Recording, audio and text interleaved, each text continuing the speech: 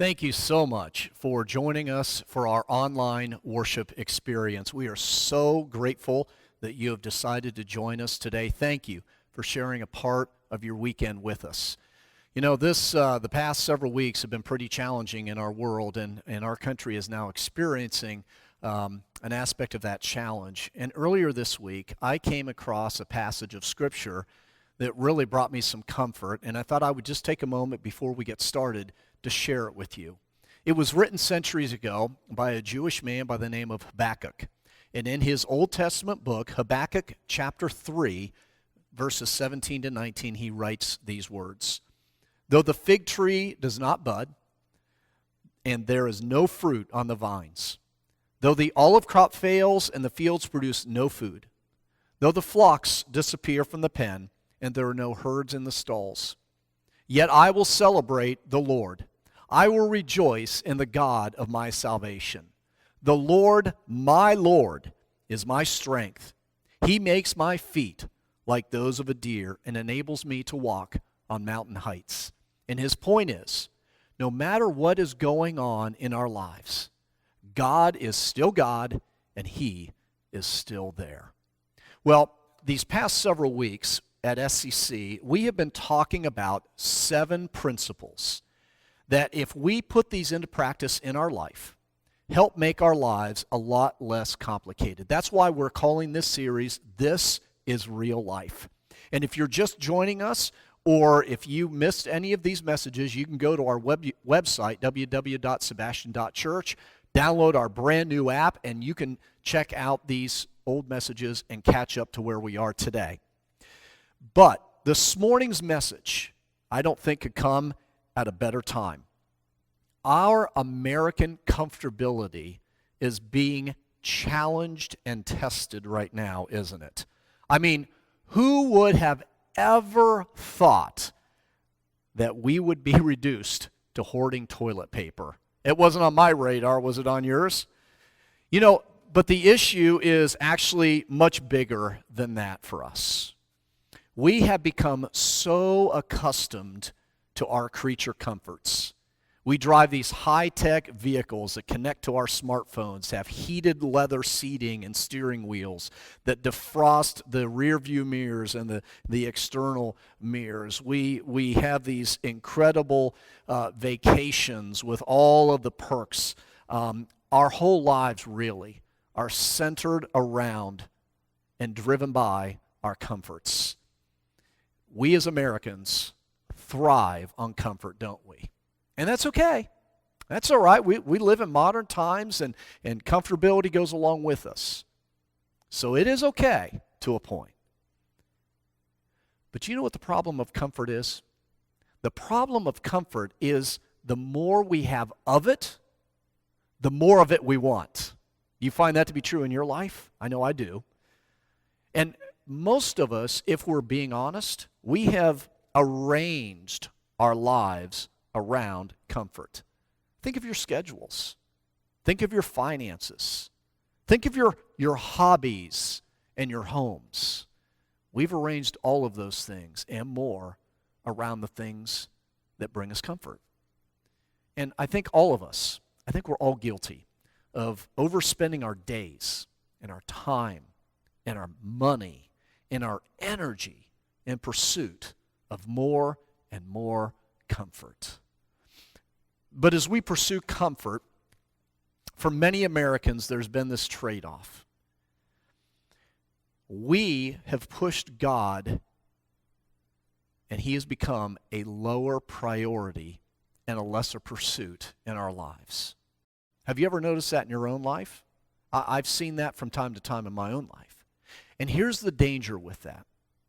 The danger is that we risk dethroning God and replacing him with our comforts. In other words, our comforts trump God and who he is. And unintentionally, nobody's done this on purpose, but unintentionally, we have sowed the wind and are reaping the whirlwind. Now, what do I mean by that? Well, by worshiping our comforts and striving and being driven by those things, it has moved us further and further away from God as opposed to drawing us near to him.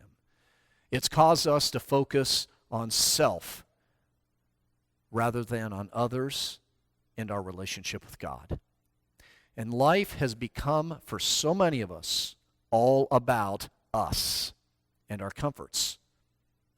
We're seeking self-comfort and self-preservation apart from God. And when we do that, it brings its own brand of trouble that many of us have faced and are facing in our lives right now. In fact, I would dare say, if we're being honest, it has complicated things, hasn't it? But here's the good news. It doesn't have to do that. It doesn't have to be that way. You see, we were made to worship God and him alone. Blaise Pascal put it this way. He said, there's a God-shaped vacuum in our hearts. And that explains why everybody, no matter who you are, no matter what your background, no matter where you've come from, that explains why there's this innate need to worship something, even if it's ourselves. But for those who believe in God, if we are not careful and intentional, our ideas and our concepts of worship can become cliche. What I mean by that is I don't know if a lot of us really understand what true worship is. Maybe it's because it's not been taught to us. Maybe its meaning has become lost to us. And what ends up happening is we reduce worship down to something that we do when we go to church. And so when we don't go to church, we just don't consider worship. But the reality of worship is so much bigger than that. In fact, William Temple says this of worship. Worship is the submission of all our nature to God. All the things gathered up in adoration, the most selfless emotion of which our nature is capable. To worship is to quicken the conscience by the holiness of God, to feed the mind with the truth of God, to purge the imagination by the beauty of God, to open the heart to the love of God, to devote the will to the purpose of God. You see, true worship is learning the truth about God and responding appropriately. I love how Francis Chan puts it. He says, "Isn't it a comfort to worship a God that we cannot exaggerate?" I mean, think about that statement. And D.A. Carson put it this way: worship is the proper response of all moral, sentient beings to God, ascribing all honor and worth to their Creator God, precisely because He is worthy and delightfully so. So, let's assume all of that is true. I believe it's true. Why then do we fail to worship as we should? Or to simply ascribe it a place in our lives rather than it actually being a part of our lives? Well, this is nothing new. This has been going on for a long time. In fact, it was going on during the life of Jesus. The Apostle John tells a story in his gospel about a time when Jesus and his disciples were traveling north of Judea, going through the region of Samaria. Now think about Judea and Samaria. We would think of them as states or as counties. Judea was to the south, and the Jews that lived in Judea refused to travel through the region of Samaria because they did not like the Samaritans. And the Samaritans, quite frankly, did not like the Jews. There was this racial tension that was going on. And so if you wanted to travel south from Judea, north of Samaria, oftentimes Jewish people would actually go all the way around that region. But Jesus chose to go through that region with his disciples. And as they were traveling through the region, they came to a well. It was about midday. It was very, very hot. They were tired from traveling, probably pretty hungry. And so Jesus stops there at the well, and he instructs his disciples to go on into the town and to buy some food. Maybe they were going to have lunch, or they were going to have a snack while they took a break. Well, as the disciples went into town, this lone woman came out from the village along with a jar of water to draw water up from the well. Now, mind you, this was the hottest part of the day. This would have been unusual. Most of the time, people would have done this in the early morning or the late evening when it was much cooler. But this woman comes out to get water. Jesus is there, and Jesus engages her in conversation. And not only does he engage her in conversation, he pretty much unpacks her entire life in front of her, to which she responds to the conversation in this way, starting in verse 19. Sir, the woman replied, I see that you're a prophet. Our fathers worshipped on this mountain, but you Jews say that the place to worship is in Jerusalem. Jesus told her, believe me, woman, and this is just a first century way of saying, believe me, ma'am, an hour is coming when you will worship the Father neither on this mountain nor in Jerusalem. You Samaritans worship what you do not know. We worship what we do know because salvation is from the Jews. Now, Jesus is not implying that the Jews were better than the Samaritans. He wasn't giving in to that racism that existed. He simply was stating the reality that God chose to reveal himself through the Jewish people. He goes on to say, but an hour is coming and is now here when true worshipers will worship the Father in spirit and in truth. Yes, the Father wants such people to worship him. God is spirit, and those who worship him must worship him in spirit and in truth. What this woman was struggling with is that she was stuck on the issue of location. Our fathers taught us that we have to worship on this mountain. She was stuck on what she knew, could see, understood, and was comfortable with. While Jesus took this as an opportunity to introduce her to a brand new way to worship. A way that was not based on a location, was not based on a situation, or certainly was not based on what she was comfortable with. And he taught her that true worship happens as a result of a personal relationship with the Father through Jesus Christ, the Son. You see, one of the reasons Jesus came was to make God known, to make him tangible. Jesus taught that worship then became a matter of the heart. It had nothing to do with a location. It had nothing to do with a person's situation and circumstances. It was directed by truth rather than, let's call it, ceremony. And so he teaches that true worship is done in the Spirit. What he simply means by that, it demands that our hearts are anchored on the truth.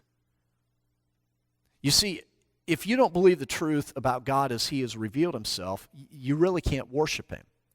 And how do we come to know or come to believe the truth about God? Well, Christians believe that God revealed himself through the Bible. That's why the Bible is very, very important to Christians. Because it's through the Bible that we believe that God revealed his character and his nature and his promises, who humanity is, who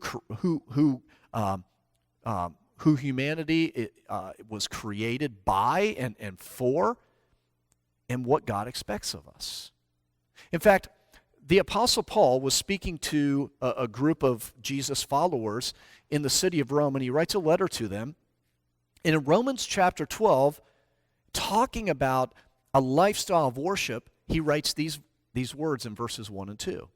Therefore, brothers and sisters, in view of the mercies of God, I urge you to present your bodies as living sacrifices. Now, some of the audience would have been Jews, and Jews understood that sacrifices could only occur at the temple in Jerusalem. And Paul, through the Holy Spirit, is trying to get them to understand, no, listen, it's not about location. It's about a posture of the heart. He says, I urge you to present your bodies as living sacrifice, holy, set apart, and pleasing to God. This is your true worship. And then he explains the how. Do not be conformed to this age. In other words, don't live like those that aren't in relationship with God, but be transformed by the renewing of your mind, so that you may discern what is good, pleasing, and the perfect will of God. Now, what Paul is doing here is Paul is simply outlining what a life surrendered to God looks like. It begins with a changed mindset. Did you know that the first mention of the word worship in the entire Bible is found in the book of Genesis and involves sacrifice? It was about the story of Abraham sacrificing his son Isaac in response to God's command to him. And it records that as an act of worship. Why? Because you see, sacrifice is an essential component of worship. In fact, I would dare say it's at its core. And Paul is encouraging all believers, everyone that claims to follow Jesus, that in light of how God sacrificed for you,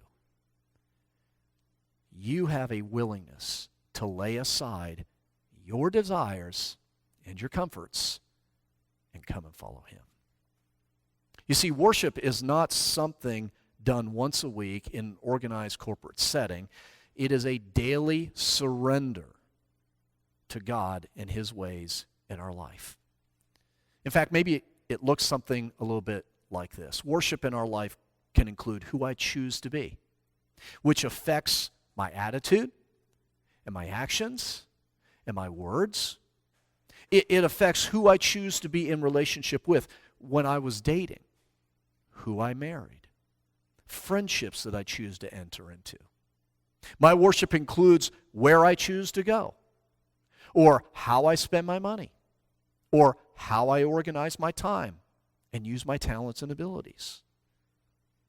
Now, in light of that, what does your life look like when it comes to worship? Are you tempted to be a partial holdout when it comes to fully surrendering your heart to Jesus Christ? Maybe we get tempted to do that because of fear. We're just scared.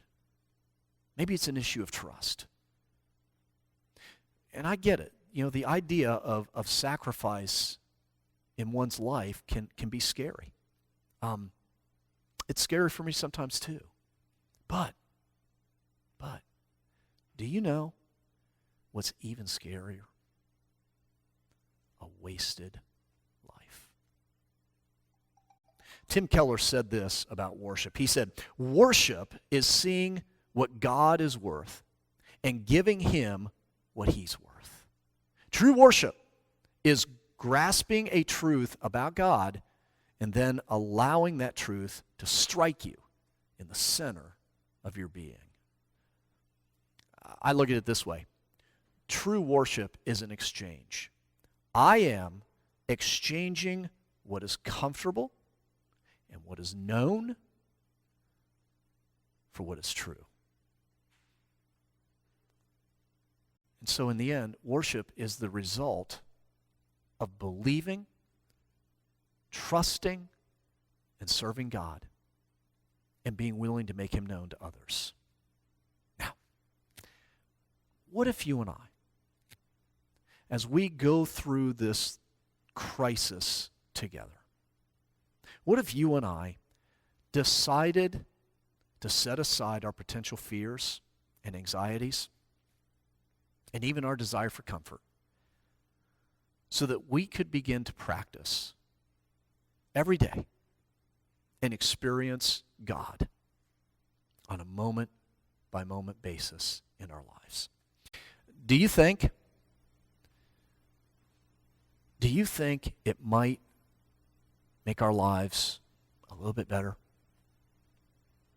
Do you think it would have potential to be a help to other people? Do you think things might even become just a little bit less complicated in our lives, especially at such a time as this. So, Father, you're worthy of praise. Thank you.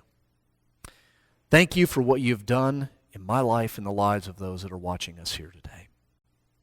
Father, we admit that sometimes we substitute what we're comfortable with for a relationship with you, and we miss out on a lot of your blessings. So I ask that you would teach us and help us to decide that no matter our situations, no matter our circumstances, that you will receive our worship and our praise because of who you are and what you have done for each of us in Jesus. And it's in that powerful name I pray. Amen and amen.